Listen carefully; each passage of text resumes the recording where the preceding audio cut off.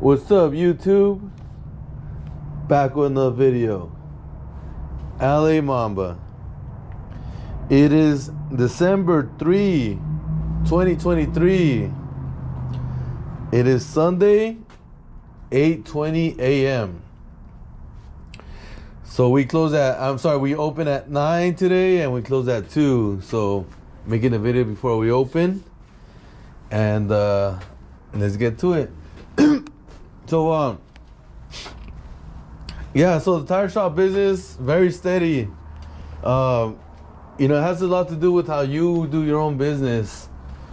And this is probably the best year so far when it comes to the later months. We're in December and we're still very busy. It's been very good. I've been signing everything. New tires, used tires, discounted tires, patches, labors. And it's just because the main reason it's been better for us is that we got more inventory. So in the beginning of the year, I showed you guys these racks and that how much tires I can fit in these racks. And they've been putting in massive amount of work. And because of that, then I'm able to hold more tires. So what I did was I bought a whole bunch. And I just filled it until one day it was all filled. And I got one video showing that it was all filled. But then from there, quickly, I just went on to my next goal, which was to potentially buy a property. So what you do is you just leave the racks as is and just let it come downhill. Like less tires, for the reason of you become more liquid. You save more. It's in the bank account. And then when it's time to get a loan, they want to see you have a lot of money, like compared to like what you're trying to buy. So then that's the whole plan, right? So then the whole thing happened, and then once you're trying to get a bigger deal, it becomes a little harder. Supposedly it was easier, but it's harder actually. And so fast forward, I went through all these like credit unions, banks, lenders, and it turns out I needed more of my income showing. Income in the tax returns, right? And so for that size deal, I was not able to get a property size that I want. I can get smaller ones. I can get 4 units and down, no problem. And I qualify for those loans, the DSCR loans. But when it comes to more of a legit loan, they said, hey, you need more help on these areas. So I was like, damn, right? So pretty much this just barely happened a few days ago. So it was like for me it was like a failed mission, right? Like I worked so hard and I got my money, right? Like I got my money's ready to go. But the financing part is like, well, it's kind of like within the last 12 months, I bought 3 properties, 12 units, and they need to see more when it comes to like the income compared to what's the expenses. Because in the beginning you have expenses with the properties and you're fixing them up. And now my properties are beautiful. Like those 12 units, all of them are cash flowing, making money every month from that. It's a very, very beautiful thing. But the banks see it real different than what it really is in real life. So pretty much that plan has to be put on hold. And so I switched plans from that to doing construction building like 2 ADUs, 2 more units on my A unit. I'm hoping to do 1 unit on a duplex and another unit on a duplex. I hope those 2 happen. And at the same time, I'm looking into one of my other properties to do like pretty much a ground up construction on that one. So I hope the other ones happen for sure. The duplex will happen. I'm sorry, the 2 units, not a duplex. The 2 units build. Yeah, you call it a duplex. The 2 units build on the A unit, making a 10 unit. And so I'm gonna just hold my money for that. The problem with that is it takes a long time for the cities to give you approvals and construction to happen because of the permits. So man, that's probably gonna take a year just waiting for permits. So that's not really, I mean, that was like my plan B, and I'll make more in plan B. Like I'll make more money doing my plan B with construction. On my current properties, I don't gotta buy another property. I don't gotta pay escrow. I don't gotta pay closing costs and all that. But it's just like, man, okay, so I gotta pretty much figure out a plan from here. Pretty much during this year, I gotta figure out what am I gonna do this year. My plan was buy the property and then do all these capex expenditures, improvements on the property. So that takes months. Like you got like 6 months of working on the property. But right now my properties are all done. I got cash waiting for a new, pretty much opportunity for my, rental portfolio. And it's like, man, I just gotta wait now just to do those builds. And I don't want to spend money on getting those loans that just don't make sense, that are very expensive, where it's like you're losing money every month from here on, So unless you find a super killer deal, that's a different story. But in this market, you're not gonna find a killer deal right now. Low inventory, so anybody buys what's out there, kind of. Even though with a bad interest, people are trying to buy at those rates, which is, if you can get a good rate again, if you have good financials, personally, then you will be able to do it. But for someone who just bought like 3 properties, 12 units, it's not. It doesn't look good. So that's why I wanted to go into this talk, because I found the answer of how to do things. But real quick, check out. I got 500 tires that just came in. So 500 used ones. It might not look like it because it's a pretty big spot. But look, down there was nothing but junk ones. So what I'm gonna do is I'm gonna get those 2 junk ones. I'm gonna put them in there, and there's gonna be all the junk ones. And then I'll have like one size and put them in there, or randoms. I'll figure it out. But we're probably gonna start doing that right now after I finish the video. We get to work. Just make some room back here in this corner, and more organized. But yeah, I mean, like I said in my last video, I'm gonna get 500 tires, and I did it. Here they are. But again, it doesn't really look like it. But they went everywhere. It's funny, like you just like big old truck full of tires, and then it comes back here, and it disappears. It's funny, but you can see some tires here in the aisles. See some tires back there. That just came in. They're like, you can tell because they're just like on the floor, like these, all these, those, in between the aisles. You can kind of see more on this side. We got a lot of 15s that came in, but we filled up all this. This is all new stuff. This is new, all this stuff. Actually, we got some 14s. I was very surprised. So we got some 14s in. It's gonna be very good. I mean, we're already started right now with business, so I know these tires are gonna be wanted by customers. And then there's a whole other section by the restroom section that I actually did fill up a lot over there, but I don't want to walk over there. Anyway, so let's check it out. So here we go. When it comes to the getting the bigger properties, and we all heard it pretty much, and the answer is so simple that I'll just start with the answer. When it comes to buying bigger properties, I'm talking about multifamily commercial.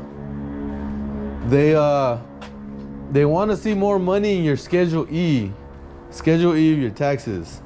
Now this is California. I don't know how you guys do taxes on other parts of the country, but Schedule E is pretty much like the rental income, and I have plenty of it. It just was pretty low on that thing. So next year it's gonna be a lot more, because it's gonna be pretty much 12 units, with 12 more rentals of income going into that section, and then plus whatever other tenants I got on my own for my own properties. So that income's gonna go on there too. So that's gonna be a big jump, and it's all legit. It's not like I made it a number up. And so it's all legit numbers. So it's gonna be a big jump. So it's gonna be way better next year, taxes. But pretty much, again, to keep the answer real simple for you guys, if you guys gonna go into buying properties, and it took me a while to get this damn answer, and it was so simple. It was just like, it was right there the whole time. Pretty much, the more taxes you pay, the easier to get a loan. And okay, that's like, man, like, I don't want to pay taxes. I don't want to get these freaking loans, right? Like right now, like in the beginning, you probably don't want to do that. Maybe, I don't know, if you want to get smaller properties, learn the business. But as you get better and you want, you gotta have like, you need more pretty much, like to keep you growing. You do need more like units than pretty much banks. When it comes to the commercial, everybody does different guidelines. It started in 2007, 2008 when that whole market crash. 2009, all the banks pretty much changed their guidelines into like being more conservative, because they didn't want that to happen again. And with that, before, like, if you had a depreciation loss, which is, I kind of don't want to explain the whole thing because it's probably a long journey, but you have a depreciation loss on properties, and some banks count that depreciation, and some banks don't count it. So everybody has different guidelines, and I kind of went through that, and I was like, when I learned that, I was like, oh, okay, but I learned it like yesterday, right? Like, I went through the whole journey as I was talking to all these different banks, and I clearly saw what that meant. It pretty much, like, some banks will be like, oh yeah, like, we know this is just like a made up number, so we're gonna count your rents. Or, no, you know what, this is a loss because, it clearly says on your taxes you have a loss. It is what it is. We're going off the taxes, right?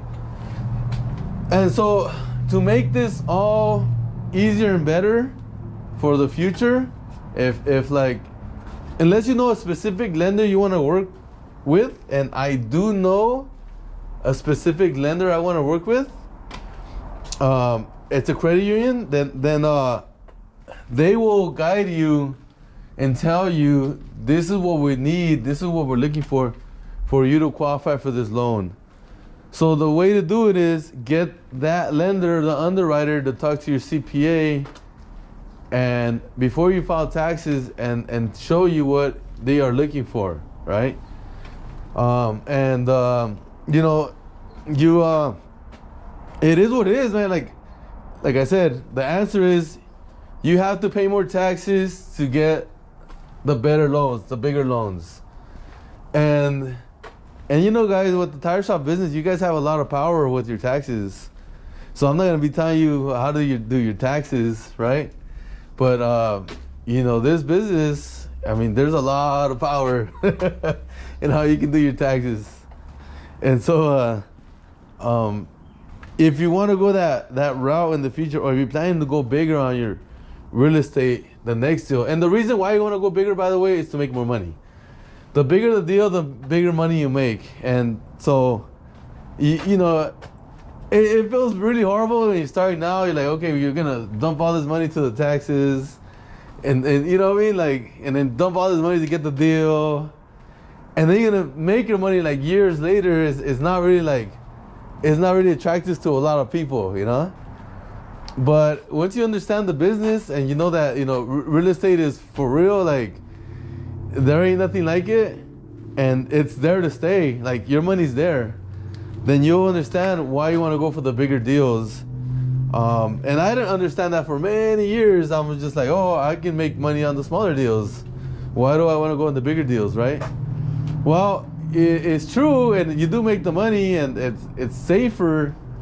But the thing is, with the multi-unit, the bigger ones, the 5 and up units, it's a completely different game. You create value. You don't just hold on to it. You can just hold on to it on the 4 units and down, and you're just cruising easy, no problem at all. It appreciates and appreciates. And again, this is California I'm talking about.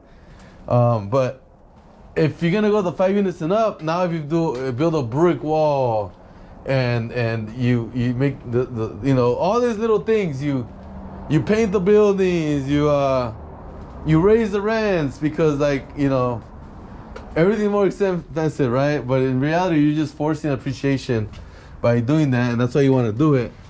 You get new tenants. You build 2 more units or 1 more unit, and that gives you a lot of value. Every little thing just adds up, and then when it's like 5 years down the line, or whenever, 4 years down the line, then you're like, okay, well, I just gained a whole bunch of equity, like, you know, hundreds of thousands. You know, I can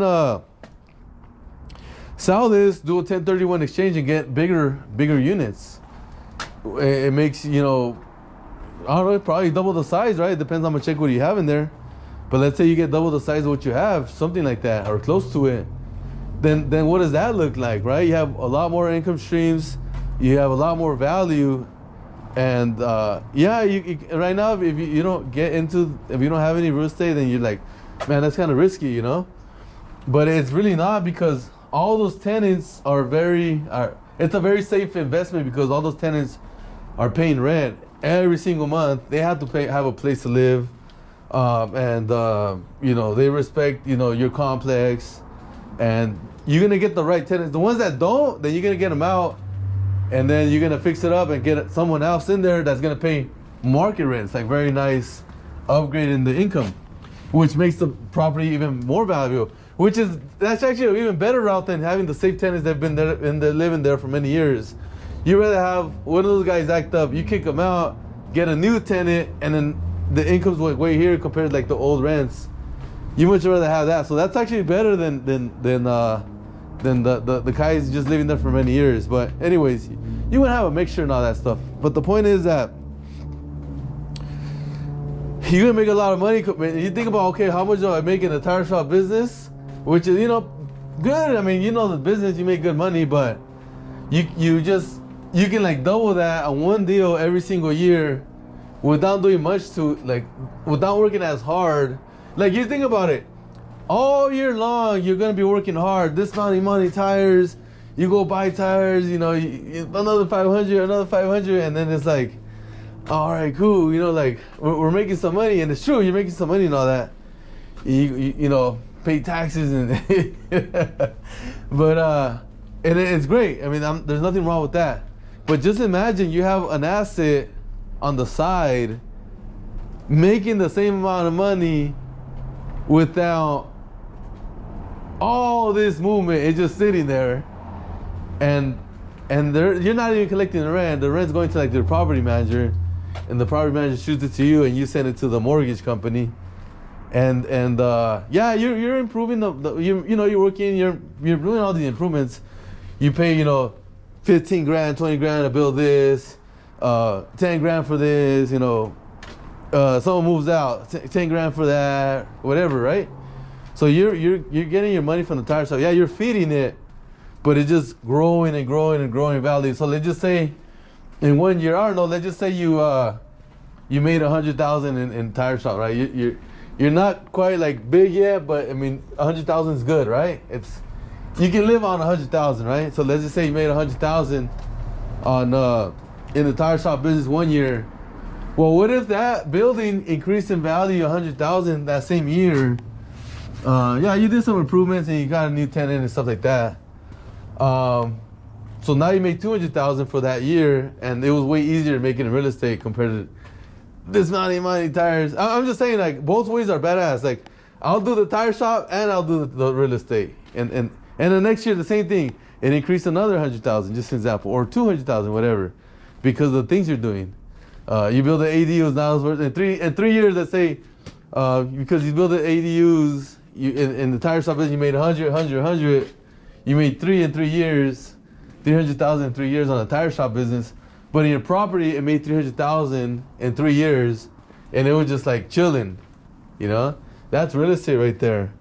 And so like that's why it's so important to like get these loans, and that's why it all starts from like right now, pretty much. It all starts from how they structure your taxes and what they, you know, you gotta find a lender that that you want to work with, and what? Okay, so what? And that's a whole nother issue, a whole nother topic of like, okay, how do I know what lender to look for, right? Well, the thing is like you gotta look at their guidelines of how much money they're gonna lend, and so you know, yeah, you know, you might not get that, you might get like worse rates and stuff, but it's nice to shoot for it, right? So you know, I found this credit union that does really good terms, but they're really picky on the taxes. So then I'm gonna shoot to make my taxes look something like that, what they want, and so I'm able to get that loan if possible, right? If not next year, if not this year coming up, then the next year after that, like 2025. But I have a goal what my taxes should look for, what they want to see, in order for me to get those loans. So that's a whole nother topic of like, you know, in the future. But right now you just gotta like pretty much show a lot of money, pay a lot of taxes, and you're gonna get these loans. So I just want to make the video as short as possible. I went this long journey for like 2 weeks about this subject, and the answer came is you pay a lot of taxes and you're able to get these loans. So that's pretty much the short version. So you're like, why these tax talk, right? Oh, why this tax talk? But I mean, it's a crucial part. And you know, in the beginning, probably, you know, if you're gonna get the smaller deals like the home and stuff, then you probably don't gotta worry that much about it. Yeah, you also need to show taxes and pay taxes on like get the home income and stuff like that. But you know, it just depends what you're trying to do, and if you want to go the like more expensive route, like get a bigger property, and let's just say you already have 1 or 2. Let's just say you already have a house, right? Like you own a tire shop and you already own a home, and you have good income coming from the tire shop, and it's like, all right, well, I'm waiting for I'm looking for the next step. I want to make more money, right? It's like, okay, I might open up another business, right? You know, I don't want to talk bad about that, but the point is, like, let's just say, okay, like, if you want to make money and you don't want to worry about like a lot of stuff or be negative cash flow because like, oh, dude, you know, my real estate, my tire shop is feeding this business, and let's say like 2 years down the line, forget this business, I'm just gonna close it, and those were just true losses, like it's gone. But if you have something physical that you let's just say you do negative cash flow, like the same thing, right? Just an example. Then you still have that money there, it's still there, like, and it's only worth more than what you bought it for because of the improvements. And you don't gotta sell because eventually it becomes positive cash flow, so you can hold that thing forever, because once you have positive cash flow, you can keep just going on the loan, just writing on the loan. Even if it's a 5-year loan, you can still write on it when you refi. Of course you gotta refi, but if you got those 30-year loans, if you had like the 1 or 4 units, then it's like you don't gotta do nothing, just keep writing it, right? But you know, eventually, yeah, like, and that's the thing, like, I'm with you, like, oh yeah, it makes less money per month, like cash flow, right? Okay, how much does a piece of real estate make you per month? It's completely different talk, because when I talk about making money, I'm talking about making money as a whole. I'm not talking about making money per month, because oh yeah, a business makes way more money than your cash flow per month on the real estate. And that's a lot, and people don't know, like some people that don't know, like that's what they think. Oh yeah, like I'm only gonna make a few $100 here a month compared to I'm gonna make thousands, a few thousand here, then that's a no-brainer, right? Well, it's not, because it's a whole different story. Because you're gonna make the majority of your money, in my opinion, that I've seen people make millions of dollars, is on equity. You don't make it on the cash flow. So you're gonna be shooting for different things. You're gonna be shooting for investing in real estate that it just keeps growing because you don't lose taxes. Because if you do the 1031, it just keeps growing, and you defer the taxes. It doesn't mean you don't pay them. It means you defer the taxes. But you know, eventually with time, that thing just keeps growing and growing, and it doesn't need you to grow no more. It just does it on its own. Of course, you gotta maintenance that thing, and it's not gonna be free, and you can't just leave it there like not look at it. But you know, you gotta look at it minimally. Like all these, like I know one guy, like one of my guys that I know, right? He has 85 units, and it takes him 2 hours per month to manage that thing. And like my stuff, it I don't even know how long it takes. Probably like 1 hour, or I don't know, a month to manage my stuff. Well, I don't know, maybe 2 hours. I would say 2 hours, right? That's how little time it takes to manage your real estate portfolio per month. So yeah, you do gotta like watch it, talk to the tenants. Like I just did some rent raises. They were pretty big rent raises, but it's from another state, so it's, you know, it's not California. But you know, I talked to them and they're like, "Oh man, why so much?" And they're like, "Oh well, you know what? You know, I'm actually trying to do it as you know, lowest as possible, and it's not even market rent. Market rent's still way more up, so I'm not even doing market rent. You know, so, but you know, everything stays the same. Everything's going good." And she's like, "Oh, all right, no problem." That was funny, and I was expecting like a big ass fight, because it was like 30% rent increase on each tenant, the 6 of them. I still talk to the other ones, but at least like 2 of them, like, you know, they're like, "Oh shit." Well, you know, they're gonna stay there, all of them, but it's just, you know, it was just funny. But anyways, but they're pretty much cool about it. I mean, it is what it is. I haven't increased rents on that property for 4 years. That's a long ass time. It's actually better the way I did it, like nothing and then increase, and then it's gonna go flat again, compared to like increase the whole time and they're at the same spot, because they save all that money in between those rent raises, those years. They saved a lot of money. But anyways, they see it probably differently. But the point is, they say compared to the other way, they saved a lot of money if I would have done it the regular way. But anyway, so the point is, like, it's real very different. Like, just an example. Okay, you want to make money, right? So on that property, in about 5 years, that thing has minimally tripled in value. And I'm not even like exaggerating. It's probably worth like 4 times more in value. And so that's the power of real estate. It can compound, and you know, it's a very, very beautiful thing. And that's just one property.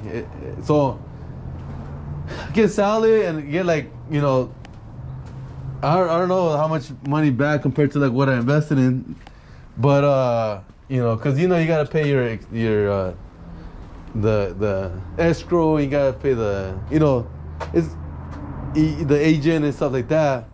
But I mean, 3-4 times the value of the property, that's huge. And that's like one of those, I guess, home run deals people talk about, right? And I always talk to somebody, and like, it's not that uncommon to get a home run deal. Like, one person will be like, "Oh yeah, this is like the deal of my lifetime. This is what happened to my property, 3-4 times the value, and this is mine right here," right? But with the other ones, it's you know, they have more cash flow than this one, and so like, I'm not gonna complain about that either, right? So the point is, like, yeah, so like, if you think about, like, okay, well, if I'd rather get a business, just an example. Well, think about it, you know, think about it hard. Like, you can make, I want to say, the same amount of money when it comes to you holding on to that money and not come tax time and pay it, because there's a lot of tax benefits to real estate that you cannot get in the business. And so if you just, do apples to apple comparisons, you're gonna see, I want to say it's kind of the same, but I much prefer real estate because it's way less work, like 20 times less work than owning a business, and you're making the same amount of money. Then it's like, so then it's pretty much you're working smarter, right? So then, okay, that's why I'm talking about the taxes right now. It's working smarter. You got to learn how to like structure it. And I'm just putting it very easy for you guys. I'm not going to like show you numbers, but I'm going to just say the more taxes you pay, the better the loan you're going to get. So if you're planning to buy real estate in like 2 years, start like increasing your tax number by a lot. So like 2 years go by, you have like really strong taxes that you paid. Let's say you paid I don't know, out here in Cali, whatever it is, $15,000-$20,000 in taxes per year. Then it's like, okay, this guy can afford, easily this $1 million property or more, because you can look at his taxes, right? Look at their taxes. It's stupid, but hey, it is what it is. They just want, you know how it is, man. They all want money. They want money. So, oh yeah, this guy makes a lot of money. Anyways, the whole point is like, go ahead and increase that number. You'll be able to get better properties, and then you'll be able to get that one property you want, or like multi-unit or whatever it is, and from there, watch that thing make money. So, anyways, I'll let you guys go, and I'll see you guys next time. Mamba out.